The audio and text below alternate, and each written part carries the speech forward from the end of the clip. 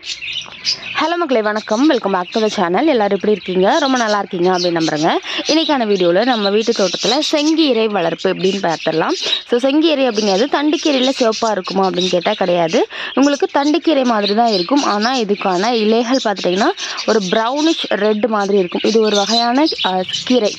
தண்டுக்கீரையில் சிவப்பு கிடையாது. இது வந்துட்டு ஒரு வகையான கீரை தான். இது வந்துட்டு இலைகள் தண்டுகள் எல்லாமே வந்துட்டு நல்ல ஒரு ரெட், ஒரு ப்ரௌனிஷ் ரெட் ஒரு ப்ரௌன் அப்படி சொல்கிற மாதிரி இருக்கும். ஸோ அந்தளவுக்கு நல்ல டார்க்கான இலைகள். இலைகள் பார்த்துட்டிங்க அப்படின்னா நமக்கு தண்டுக்கீரையோட இலைகள் எப்படி இருக்கும், நல்லா பெருசாக வரும். நம்ம கரெக்டாக பராமரிக்கணும் அப்படிங்கும்போது நிறைய பெரிய பெரிய இலைகள் வரும். கொஞ்சம் டைம் ஆகும்போது இந்த மாதிரி சின்ன சின்ன இலைகள் வந்து சிறுத்துருங்க. இது வந்து நமக்கு மற்ற கீரை எப்படி வளர்ப்போமோ அதே மாதிரி தான். ஆனால் இது ஒரு ரகம். இதில் எக்கச்சக்கமான சத்துக்கள் இருக்குது. யூஸ்வலாகவே அந்த ரெட் கலரில் வரக்கூடிய காய்கறிகள் கீரைகளில் பார்த்துட்டிங்கன்னா உங்களுக்கு அதிகப்படியான சத்துக்கள் இருக்கும். ஸோ அதே மாதிரி இதில் இந்த செங்கீரையிலுமே ரொம்ப அதிகப்படியான சத்துக்கள் இருக்குங்க. ஸோ இதை எப்படி வளர்க்குறது அப்படிங்கிறத பார்த்துடலாம். நம்மக்கிட்ட மாடி தோட்டத்துக்கு தேவையான அனைத்து பொருட்களுமே அவைலபிளாக இருக்குங்க. க்ரோ பேக்கு, சீட்ஸு, ட்ரெயின்சல் மேட்டு, பயோ ஃபர்டிலைசர்ஸ் எல்லாமே இருக்குது. வேணுங்கிறவங்க வாட்ஸ்அப் பண்ணிக்கோங்க. கொரியர் அண்ட் பார்சல் சர்வீஸ் மூலிமா அனுப்பி வச்சுட்ருக்கோம். இப்போ வந்துட்டு புதுசாக செடிகள் இருக்கு இல்லையா, பூச்செடிகள் அப்புறம் மூலிகைகள்லாம் வந்து அனுப்பிட்டுருக்கோம். வேணுங்கிறவங்க வாட்ஸ்அப் பண்ணி வாங்கிக்கோங்க. கொரியர் அண்ட் பார்சல் சர்வீஸ் அவைலபிளாக இருக்குது. கோயம்புத்தூர் இருக்குங்க அப்படின்னா டெலிவரி அவைலபிளாக இருக்குங்க. செங்கீரையை பொறுத்தளவில் இதுக்கான விதைகள் வந்துட்டு நமக்கு கடைகளில் கிடைக்குதுங்க.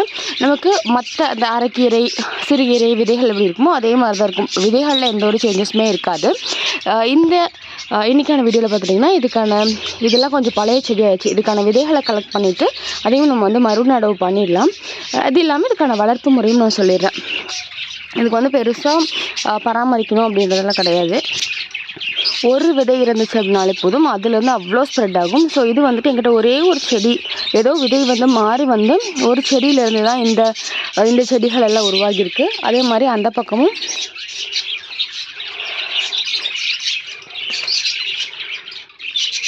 ஸோ ஒரு விதை இருந்தாலே போதும், ஃபுல்லாமே ஸ்ப்ரெட் ஆகும். அப்புறம் இங்கே அந்த விதை தெரித்து எல்லா இடத்துலையுமே வந்துட்டு உங்களுக்கு கீரைகள் வரும். ஸோ இதோட ஆக்சுவல் கலர் பார்த்துட்டிங்கன்னா இந்த மாதிரி தான் இருக்கும். ஒரு ரெட்டும் இல்லை, ப்ரௌனும் இல்லை, பிங்க்கும் இல்லை, அந்த மாதிரி ஒரு நல்ல ஒரு மெஜந்தா கலர் அப்படின்னு கூட சொல்லலாம். ஸோ நல்ல ஒரு டார்க் கலரில் வரும். ஸோ இதுவே தண்டுக்கீரையில் சிவப்பு தண்டுக்கீரை அப்படிங்கும்போது உங்களுக்கு வந்து லைட்டாக இருக்கும். இதோட கலர் வந்து கொஞ்சம் கம்மியாக தான் இருக்கும். ஆனால் செங்கீரையை பொறுத்தளவு நல்ல ரெட் கலரில் வரக்கூடியது.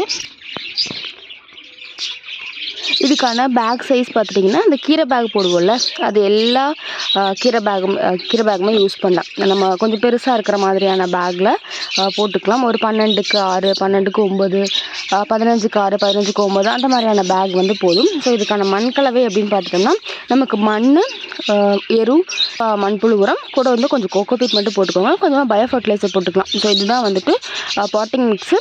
ரொம்ப நல்லாவே இந்த பாட்டிங் மிக்ஸில் விடும். நீங்கள் விதைகள் தூவி விட்டுட்டு நம்ம மற்ற கீரைகள் எப்படி விதை தூவி விடுமோ அதே மாதிரி விதை தூவி விட்டோம் அப்படின்னா ஒரு 3 நாள் 4 நாளில் வந்துட்டு உங்களுக்கு செடி வந்து வளர ஆரம்பிச்சிருங்க. நல்லாவே முளைச்சி வர ஆரம்பிச்சிடும். இது வந்துட்டு ஃபஸ்ட்டு அறுவடை அப்படின்னு பார்க்கும்போது 25 நாளில் வந்து நம்ம ஃபஸ்ட்டு அறுவடை எடுத்துக்கலாம். இது அறுவடை பண்ணும்போது நம்ம அறுத்து எடுக்க வேண்டியதில்லை. இந்த இலைகளை கட் பண்ணால் கூட போதும். இலைகளை மட்டும் நம்ம பிடுங்கி எடுத்துட்டோம் வரனால மறுபடியும் தளைஞ்சு வந்துகிட்டே இருக்கும்.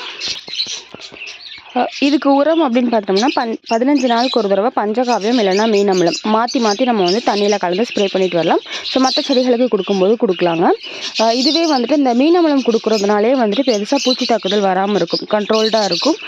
இல்லை உங்களுக்கு பூச்சிகள் வருது அப்படிங்கும்போது நம்ம வந்து வேப்பெண்ணெய் கரைசலும் கொடுத்துக்கலாம். இது வந்துட்டு பூ வைக்கிறதுக்கு பார்த்துட்டிங்கன்னா குறைஞ்சது ஒரு 40-50 நாள் வரைக்குமே ஆகும். கிட்டத்தட்ட 2 மாதமே ஆயிரும். நம்ம அந்த இலைகள் எல்லாம் பறிக்காமல் இருக்கோம் அப்படிங்கும்போது அந்த மாதிரி பூக்கள் வைக்க ஆரம்பிக்கும். ஸோ இதுதான் அதோட பூ. அந்த பூ காஞ்சது அப்படின்னா இதுலேருந்து விதைகள் இருக்கும். இதை நம்ம இப்படி பிடுங்கி எடுத்தாலே போதும், அழகாக வந்துடுது.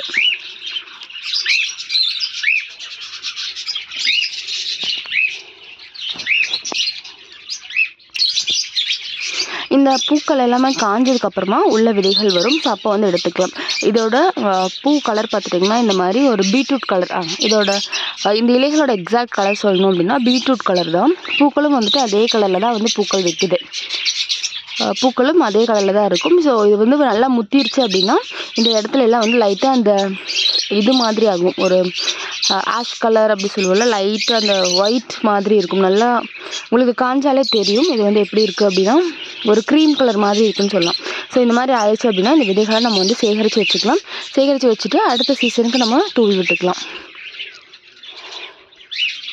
ஸோ கீரைகளை பொறுத்தளவில் நம்ம வந்து பறிக்காமல் விட்டுட்டோம் அப்படின்னா அது வந்து பூக்கள் வச்சு முத்த ஆரம்பிச்சிடும்.